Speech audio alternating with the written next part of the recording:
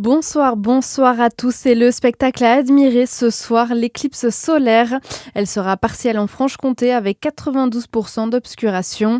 À Dole, elle sera visible à 19h25 précise et atteindra son maximum à 20h16 pour se terminer à 21h08.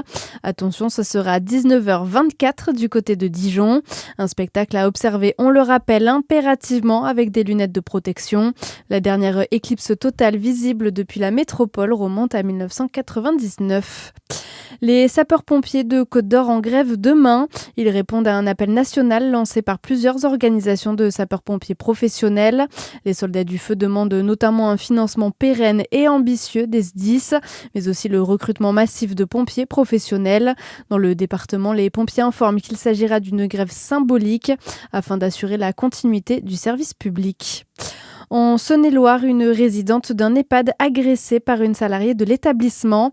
Âgée de 104 ans, la femme a été découverte dans son lit médicalisé recouverte d'hématomes et de sang, notamment sur le visage. Les faits se sont déroulés au sein de l'EHPAD Charles Michelin de Saint-Germain-du-Bois en juillet dernier. L'aide-soignante incriminée a été placée sous contrôle judiciaire.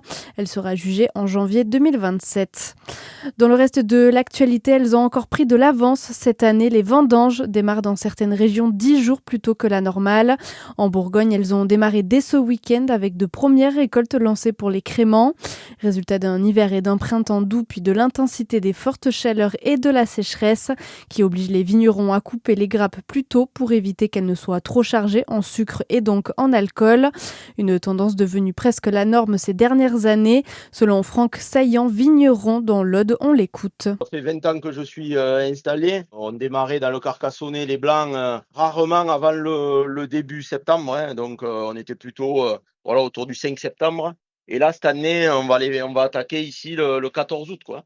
Donc c'est vraiment une tendance qui petit à petit, et ça s'accélère de plus en plus, on le voit depuis 2-3 ans, avec cette année vraiment une précocité inédite. L'effet de ces températures altérera le rendement et qu'encore une fois, ça grèvera les trésoreries puisque le rendement joue aussi sur nos frais de cave et sur notre rentabilité, quoi. Dans certains départements comme le Var ou la Gironde, très touchés par les incendies cet été, certains exploitants craignent même qu'un goût de fumée ressorte après la vinification.